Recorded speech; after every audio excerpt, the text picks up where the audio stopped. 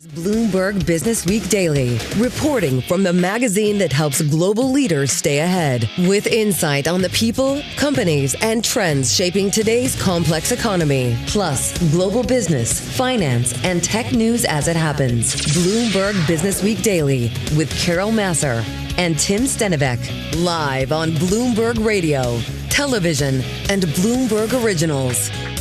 And a very good afternoon, everybody, live on Bloomberg TV, radio, YouTube, and Bloomberg Originals. It is Bloomberg Business Week Daily on this Monday, August 10th, 2026. I'm Tim Stenivek. I'm here with Nora Melinda. She's Bloomberg TV markets correspondent. Carol Masser is off today. And Nora, we are glad to have you on this summer Monday. How are you? Happy to be here. I'm good. Doing well. Well, we're happy complain. to have you. Markets-wise, kind of a chill day. Not pretty oil chill. Market notwithstanding. Oil's a little bit higher. Stocks are wavering.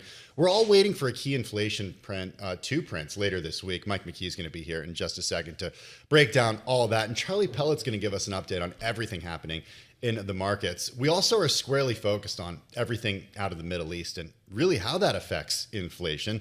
Chris Kennedy is going to be coming by. He's economic statecraft lead for Bloomberg Economics. Also, a check on a couple different companies, publicly traded companies. We got a great duo of CEOs. We do. We have quite a few coming through. One of them that I want to call out, the CEO of Grindr, is back with us just days after the company upped its forecast for revenue and adjusted EBITDA.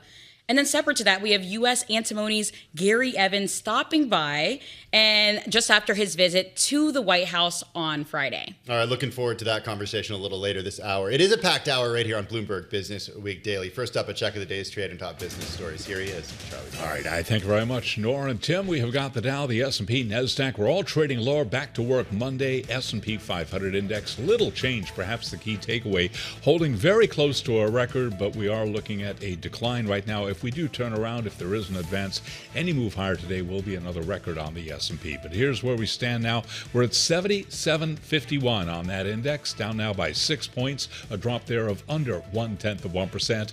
Dow Industrials down 130 on the Dow, a decline there of 0.2%. NASDAQ Composite Index down 0.4%. The NASDAQ 100 Index down 0.3%. All of this with the SOX, the Philadelphia Stock Exchange's Semiconductor Index, down 2%. And the VIX right around 15 now. Your 2-year at 4.23%. The 10-year 4.69%. Gold is at $43.62 the ounce, up 0.5%. And West Texas Intermediate crude 81.94 barrel, up 4.8%. Keeps advancing. We will have more on the crude oil picture coming up here on Bloomberg Business Week Daily. In the meantime, Brent, the global benchmark, 87.53 now, up by about 4.8%. Sources tell Bloomberg a group of U.S. investment giants are nearing a partnership with NVIDIA on $500 billion in funding for the build-out of AI infrastructure. Those sources say Apollo Global Management, Blackstone, BlackRock, Brookfield Asset Management, Goldman Sachs, and KKR are among the firms in talks with NVIDIA on this investment. A formal announcement could come today. NVIDIA shares right now, they're down by 2.5%. For on-demand news 24 hours a day, subscribe to Bloomberg News Now wherever you get your podcast. Tim and Nora, that is a Bloomberg Business Flash. Hey, thanks for that update, Charlie. Our Bloomberg Economics team out this morning writing that the surprisingly weak July jobs report may have knocked down market bets on a Fed rate hike in September. Futures, though, indicate a move could still be on the table. We got market and policymaker discourse over the next move that the Fed is going to make. It's really split right now. There are a couple different camps. One believes the central bank needs to assert its commitment to price stability by hiking in September, particularly to recover some of Kevin Warsh's inflation-fighting credibility. Another camp thinks that price gains are on the way down, and the Fed is correct to stay the current course. For more, we're joined by Michael McKee, Bloomberg TV and Radio international economics and policy correspondent. He joins us here in the Bloomberg Business Week studio. So, Mike, which camp is right? The one that wins? I thought you were going to say, I had my money on you saying yes. Oh, okay. Yes. It's very hard to figure out where we are and where we're going. There's so many confusing crosswinds at this point that either side could turn out to be correct, and that's going to be the tough thing for the Fed, is making a decision on what you do, because there's good arguments on both sides. They're roughly evenly split right now between those who think we probably need a rate increase or very likely could if inflation data that we get this weekend later on continues to show inflation hanging around. And then others who think that they are tight enough right now, that'll do the job. And if we just sit back and wait out the war, I guess, we'll see inflation continue to come down. So it's tough, but they do have till September 16th. Well, I think the waiting out the war part is difficult because waiting it out is, we have no idea what the timeline on this will be. And I mean, I would imagine if you were to go back in February and talk to President Trump, or maybe early March, he would have said, we're not going to be talking about a war in August. Well, the president has to hope we're not talking about a war in October, November, which we very well could be the way things are going now. And the thing to keep in mind is that while oil prices go up and down quickly, gasoline prices go up quickly and down slowly. I was looking today, and when we had the memorandum of understanding in June and oil prices fell rapidly, gasoline prices only went down to $3.80 for their low. So that would still make Americans unhappy, I think, at that level. So you can't really assume what's going to happen as far as prices and affordability. Well, outside of what's going on in the Middle East and the impact on oil markets, what do you see to be the stickiest part of inflation right now? We've got CPI, PPI coming up later this week. What exactly will we have to see for a hike to be set on the table? Well, different things in different indexes, but the CPI, what worries the people who want to raise rates is that service prices outside of housing have been relatively sticky, and we are not seeing a quick drop there. So they're going to be looking at that. Remember when we used to do the Supercore Index, and that's going to come back, make a comeback. Everybody's going to be looking at that on Wednesday when they get CPI. PPI has quirks, and there's going to be some interesting quirks in that to watch. We'll be looking at commodities other than energy, but also what's been going on Wall Street with fund management, because the fund managers, as the banks all told us, made a ton of money in the most recent quarter because they get paid either way. And so that could be a sort of wild card that comes out of PPI and gets put into the PCE, which is the Fed's target index. So there's some things out there to keep an eye on. I want to just go back to something that you said, Mike, and it was the idea that the president hopes he's not talking about the war in October and November. And it got me thinking, as you were listing off all the acronyms this week of CPI and PPI, that the general American citizen doesn't really care about those numbers. What they care about is when they go to the grocery store, how much, a dozen eggs are, how much a pound of ground beef or a steak is, or, a pound of chicken, those sorts of things. Is any relief coming there? Not in the near term.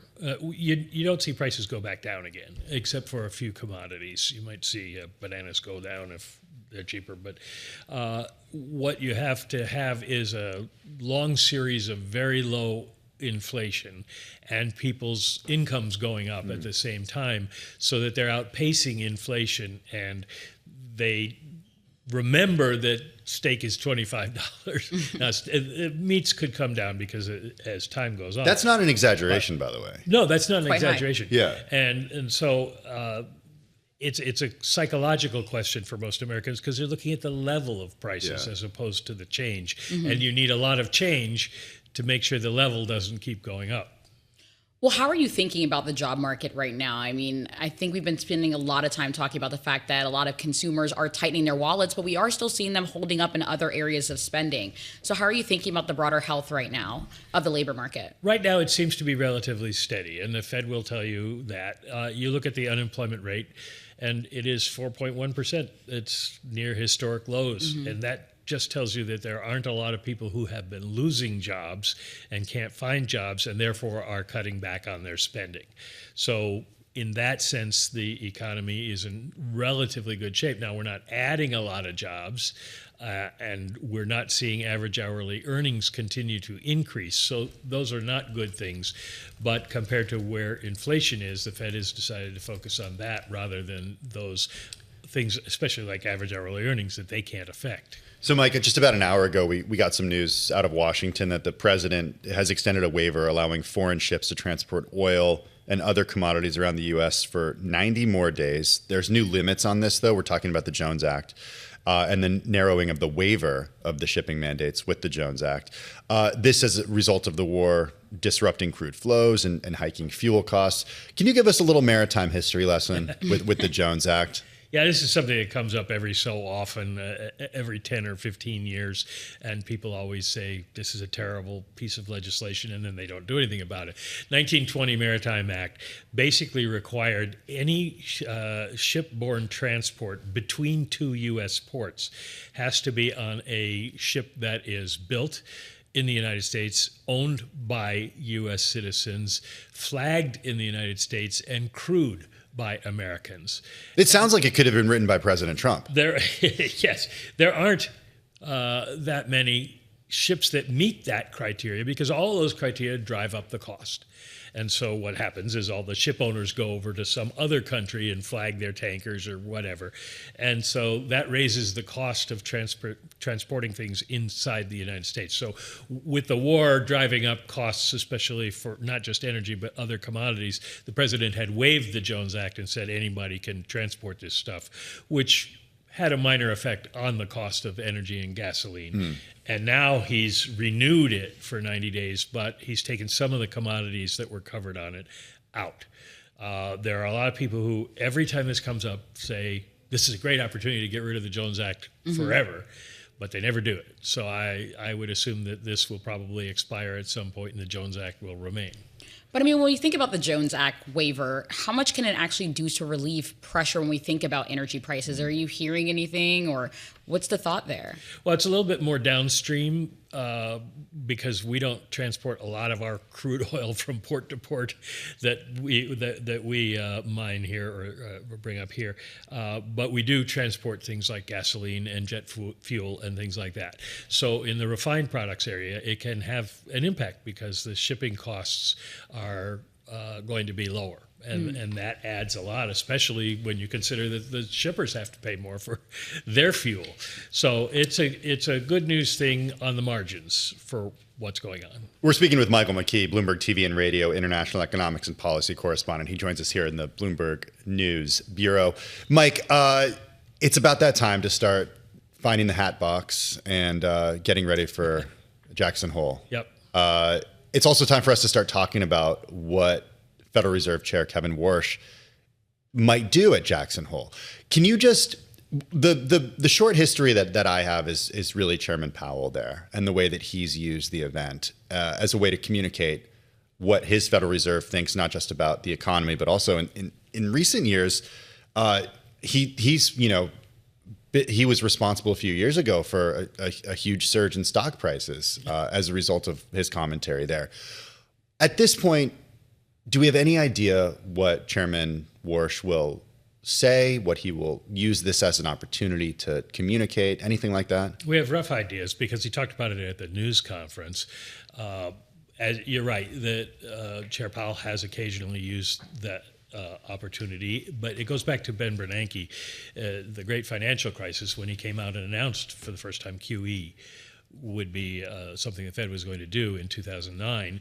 And then in 2010, he made the next QE as part of his speech. And that became focus then for Wall Street because, the Fed chairman goes to Jackson Hole and tells us what's going to happen. Well, this Fed chairman doesn't want to tell you what's going to happen. So I don't think we're going to get a speech like that. But I think because of the questions about Fed credibility that have come up recently, it will go beyond what is usually the other type of speech Fed chairs give, which is just something about the background of the topic they're discussing, which this year is payment systems, which would be a major snooze for most people.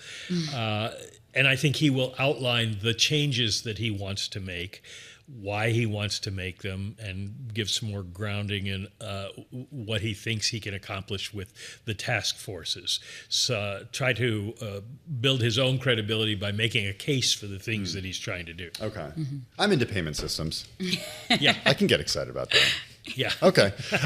We do it all with Mike McKee. He does it all. We talk Jones Act. We talk Jackson Hole as well. Michael McKee, Bloomberg TV and Radio International Economics and Policy correspondent. As Mike mentioned, energy prices front and center in the inflation story. And that brings us to the latest out of Iran. For more, we're joined by Chris Kennedy, Economic Statecraft Lead for Bloomberg Economics. He joins us from Washington, D.C.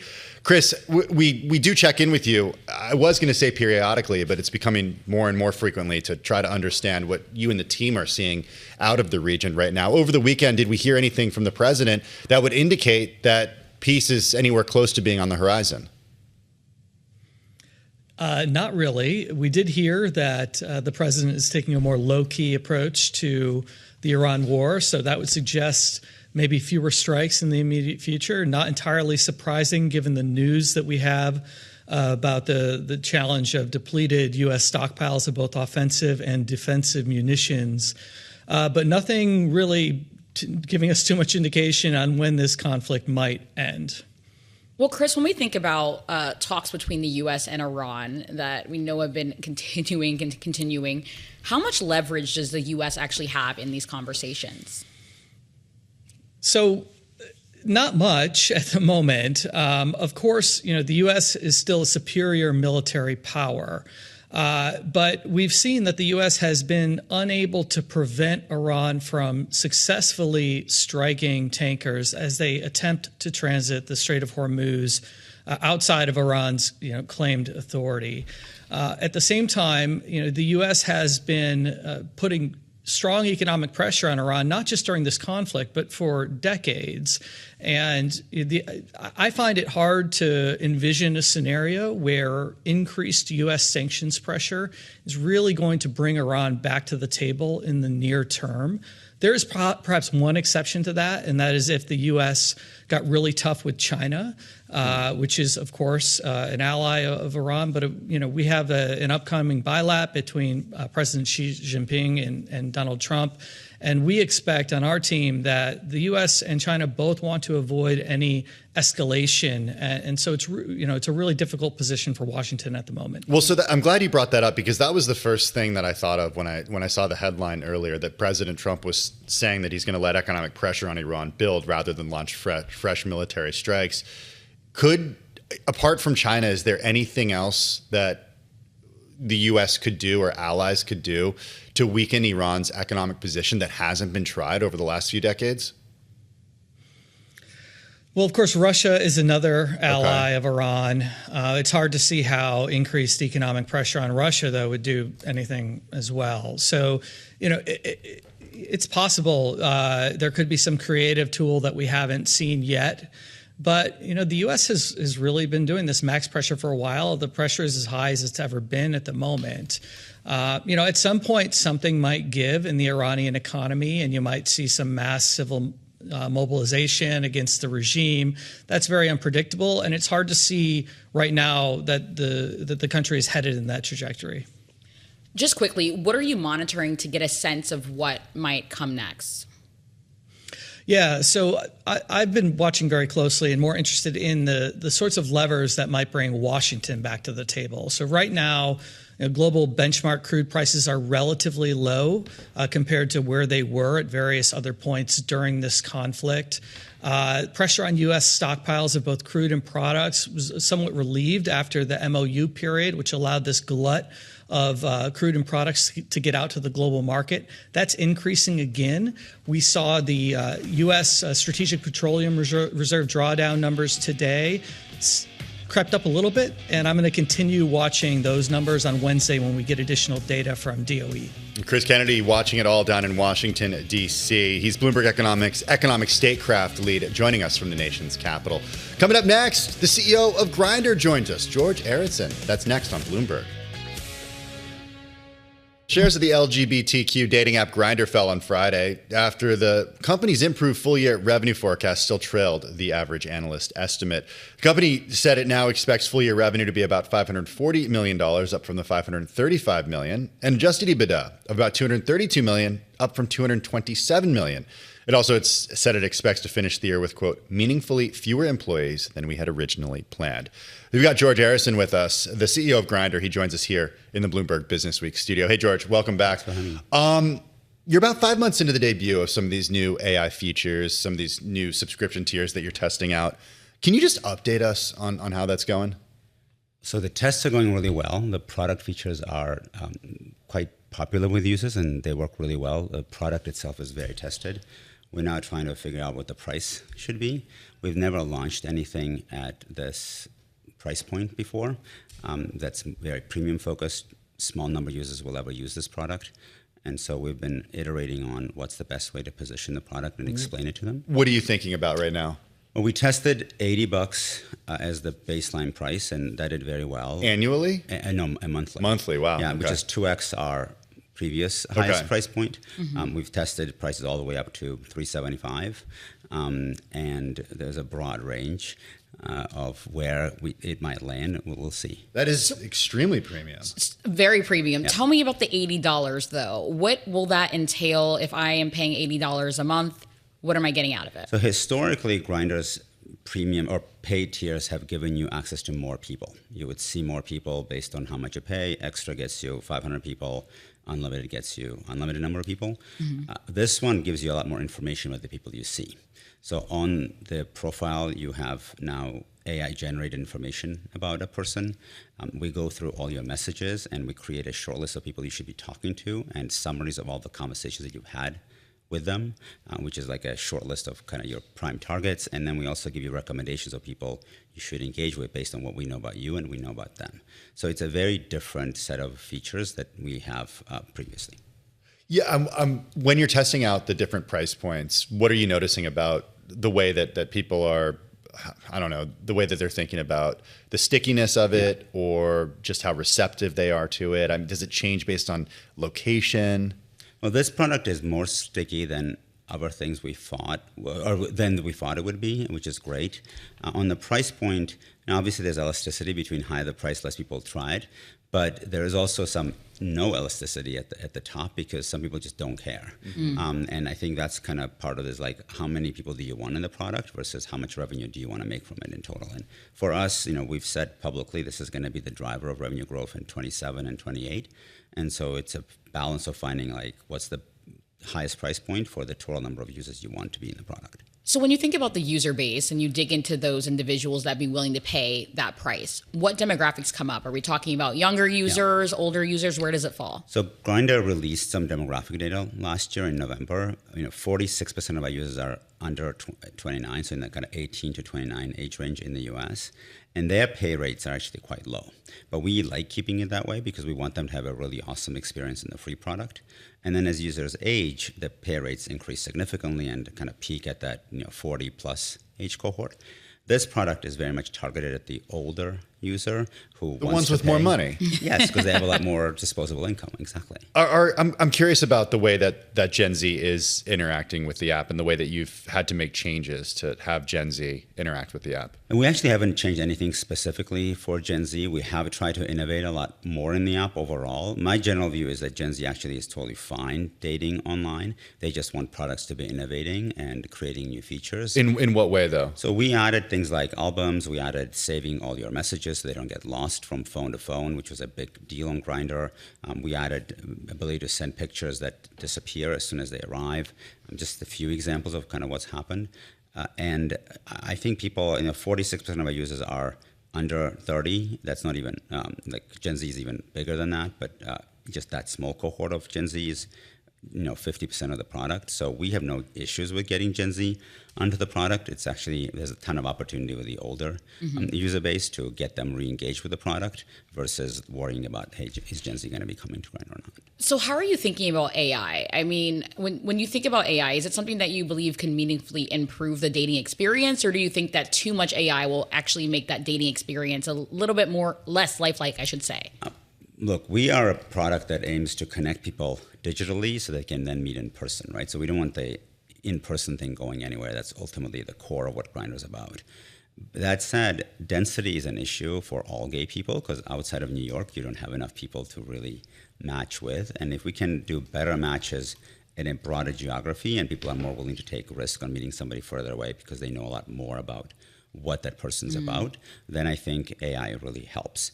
So I think AI is going to be ultimately a big benefit to products like us. Obviously, there'll be some growing pain along the way because you'll make mistakes and things will happen that people don't expect, but ultimately users get to decide this kind of stuff. What about AI and coding? This is something you've talked a lot about. You've written a lot about it. You've communicated with investors a lot about it. The thing that struck me in your most recent earnings report last week was your talk about headcount and the way that you said you're going to end this year with, quote, meaningful fewer employees than we had originally planned. Give us the numbers here, the details, and why you're doing that. Is it AI? Well, AI has been incredible for coding. We have increased our eng productivity by minimum 2.5x, with a team only growing 15%. So it's like an incredible change. Now, I had an example that I got in my Slack this morning where an engineer saw a bug come in while he was walking his dog, told Devin, which is one of the AI coding tools we use, to go look at the bug. Devin looked at the bug, replicated the bug, wrote the code to fix the bug, and sent the engineer a message saying, hey, it's ready to be checked in. Do you want to go release it? All while he was still walking the dog. And a human being was walking the dog, not a robot yes, walking the dog. That's the only part of this equation that's missing. Okay. So does that mean fewer engineers? Well, I think we just need less people overall in the company. So we haven't fired anybody, but we're going to hire roughly 20 less engineers than we had planned this year because we are getting so much productivity from the team. Do you think you will fire or have any layoffs? I don't think so, not because of AI. I mean, we are always performance managing, but not because of AI. But we will grow slower than we would have otherwise. You've also invested a lot in product development, especially around the release of Edge. So once Edge is actually fully rolled out and driving revenue in 2027, is there room for product development expense to moderate? Not really, I don't think, because we want to invest in the future, right? I mean, Grindr already has incredible margins. So I think we're guiding the year to be 42.5. So can we be a little bit better than that? Sure, but I'd rather take the savings that we see from less people and actually invest it back into the product and into making the product a lot better, because we want this company growing at the pace that it's growing, not just for the next couple of years, but for the next 10. Can you just help us understand the competitive landscape a little bit? There was some news earlier this year that Match Group invested $100 million in Sniffies. The investment gives them the option to buy a remaining stake in Sniffies. What's the competition that you're seeing from them right now? We've had a ton of competition always, both from straight products that have gay users and gay-specific products. Sniffies is one. There's another company called Scruff. There's a company called Tumi. There's a bunch of companies. I'm very glad that Sniffies got the deal done that they did.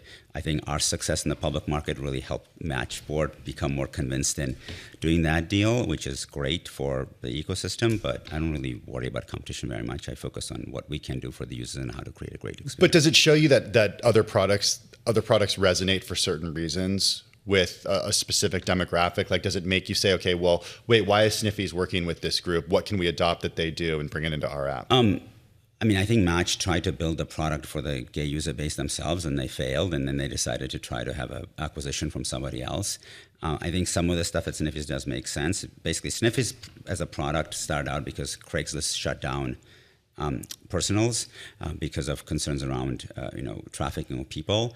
And Sniffies replicated a lot of what that offered to the more kind of cruising audience, and that's the product that they have. And that there's an audience for that product, and it seems to work really well.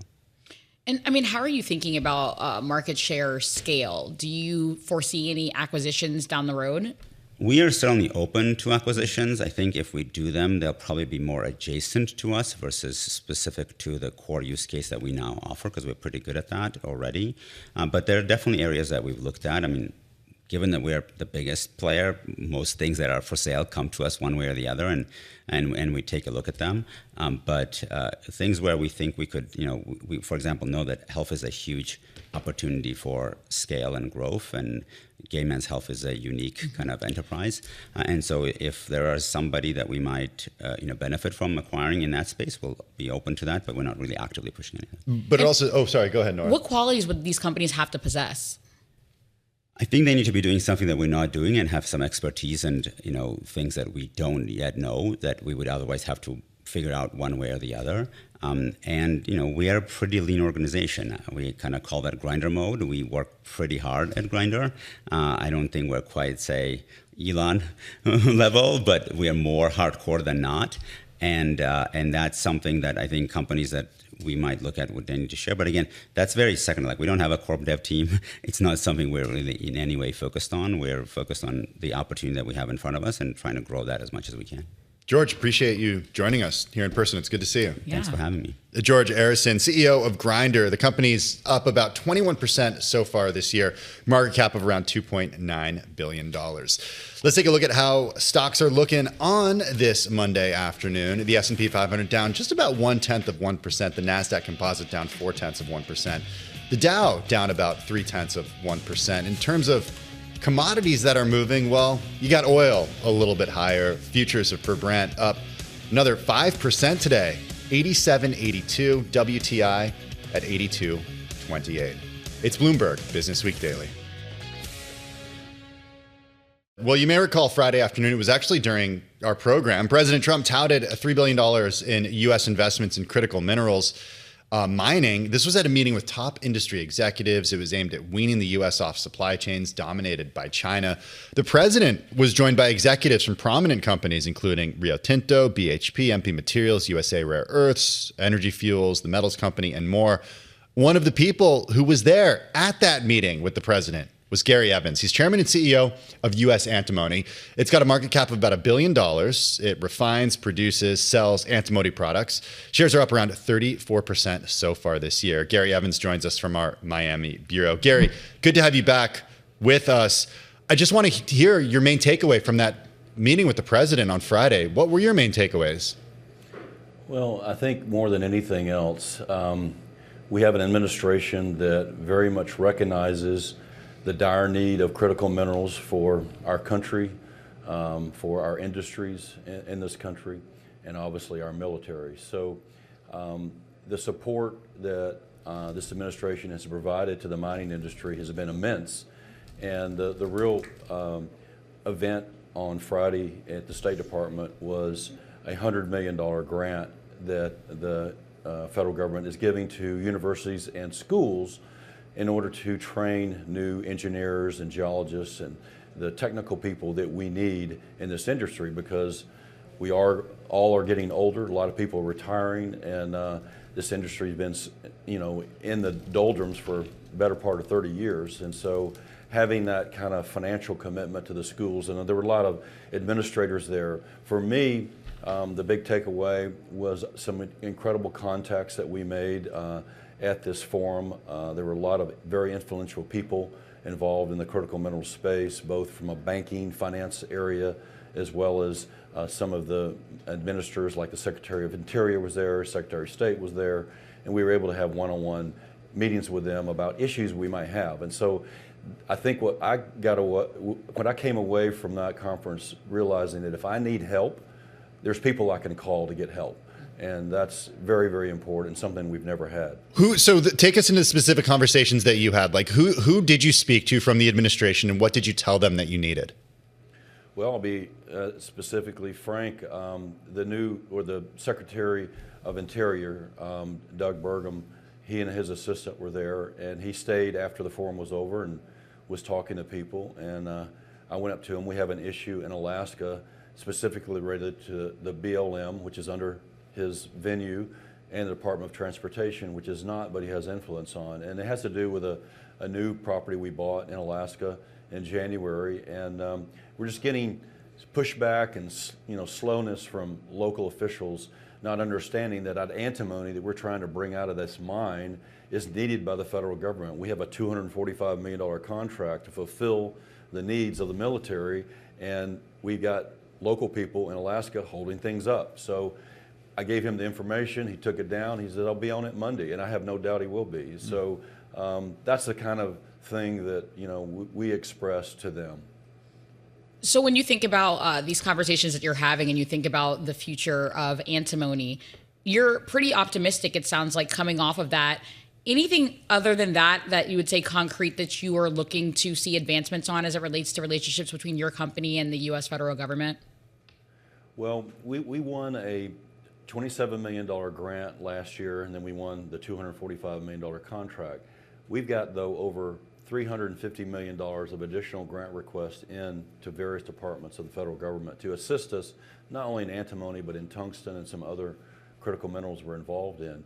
And what I'm kind of hearing through the conversations is that the president really wants to go more from a grant, which is basically a gift to the companies, to more of an equity component. In other words, we'll give you X amount of dollars, but we also want a piece of your company. He talked at this forum about the success he's had with Intel, the success he's had with MP Materials.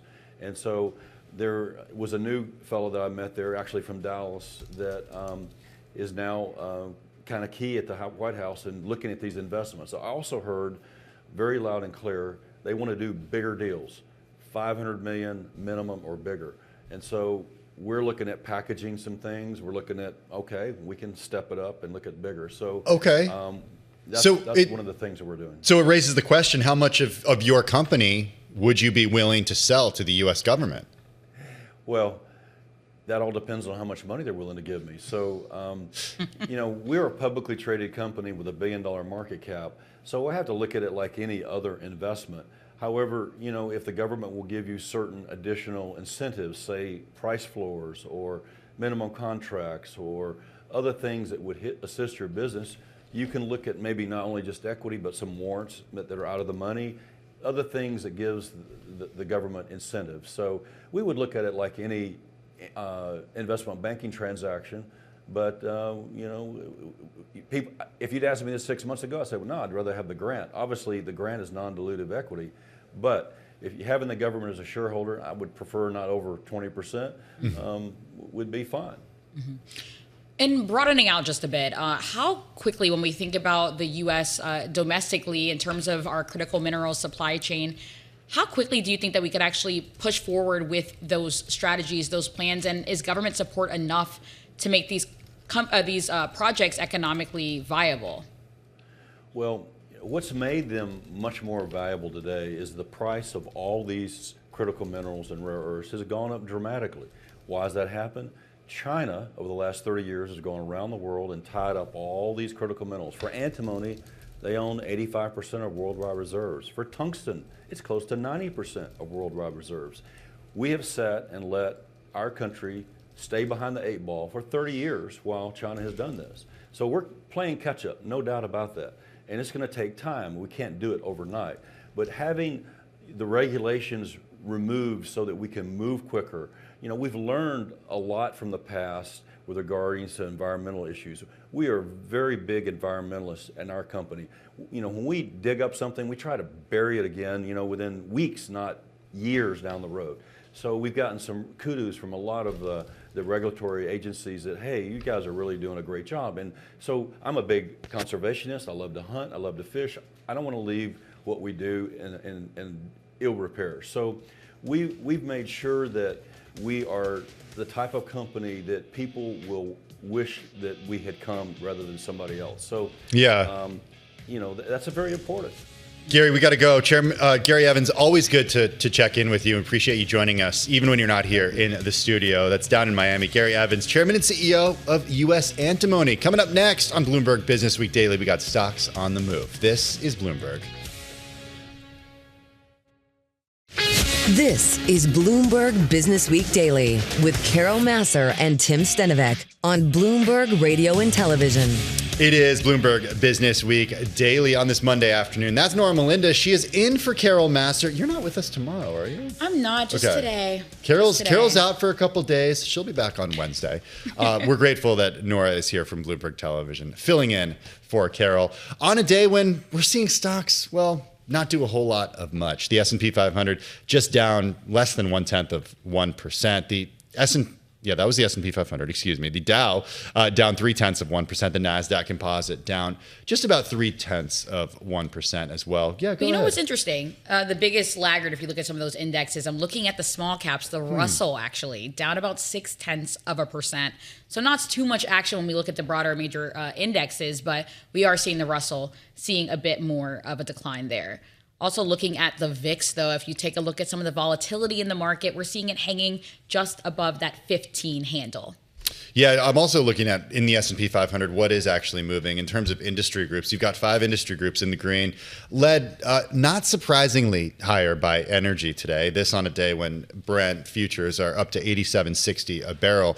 That's a 4.8% increase on the day today. WTI futures up about 5% to $82 a barrel. It's all emanating from what's happening in the Middle East, or a lack thereof, and concerns about higher for longer energy prices. It is interesting, too, because we were just talking earlier with one of our guests about the fact that you see the price of gas at the pump going up, but it takes a little bit longer to come back down. So if you take a look at the average right now for gas, retail gas, it's around $4 right now a gallon. I paid $4.07 in Brooklyn on Saturday. Oof. Not so bad. I mean, not so bad. It could be worse. I'm from California, so it could be a lot worse. You're used to it. I'm used to high prices. What is this? Nothing to you. Yeah. Let's take a look at some stocks on the move today. I'm Tim Stenevec. Along with Nora Melinda, we're joined by Bloomberg News credit reporter Emily Griffeo. Hey, Emily. Hello. How What are you guys? watching? We're good. What are you watching? Great. All right. Well, I mean, there's some really big movers. There's some not moving so much, but pretty big names. Okay. So let's start with Berkshire Hathaway, a big name. It was up as much as 3% on some positive earnings, coming a little bit down now, only up about 1%. But again, at one point hitting its highest level in over 2 months. And just going through some of these results, the conglomerate said it spent about $4.5 billion to buy back its own stock in the recent quarter. The shareholders like that? Yeah, of course. Yes. I mean, if they think the best use of money is buying back stock, then it says something about valuations, I guess, right? Exactly. For them, I guess. They also had gains in the manufacturing service and retailing division that helped lift operating earnings over the period. I mean, Wall Street tends to like this stock, so the earnings usually go well. Been under some pressure, though, of late. But yeah, after this weekend, shares are higher. Okay, another stock that's been under pressure. Okay. Monday.com, ticker MNDY. This, of course, is a software company that has kind of fallen under a lot of stress as investors kind of doubt whether all the software companies that exist continue to need to exist given the disruption from AI. The shares are down about 5%. They gave a third quarter revenue forecast that was weaker than expected. I feel like the software earnings have honestly been a little bit of a mixed bag, but at least for Monday.com, didn't go as well as planned. Yeah, and the stock is down about 40% so far this year. So really been struggling as of late. Yeah, this is a stock that was it's $87 a share right now. It was a high in 2021 of $444 a share. Is this on your radar because of the private credit angle and what companies are doing with software? It is, yes. I do write about credit now, not stocks, but of course, everything comes together in a market. And yeah, I mean, this has been definitely something that the credit folks have been watching. Private credit just kind of dumped so much money into software names. And there's been a little bit of a reckoning. Yeah, absolutely. And it's interesting, though, when you look at the Wall Street analysts, though, when they, in terms of Monday.com, actually only one sell rating, despite the fact that the stock is down about 40% this year. That's a good point. Yeah. Only 25% of the street is saying to hold the stock and 70% saying buy. Okay, Barclays has an overweight. Citi has a buy. TD has a buy. Yeah, I don't know. People are still bullish. Yeah, they're bullish. Maybe they're buying the dip today. All right, what's last on your list Okay, today? last one. This might not be a name that you guys have heard of. I hadn't heard of it, but the share move and the sheer just magnitude of what's going on caught my eye. 10x Therapeutics, ticker TENX. The shares plummeted over 90% today.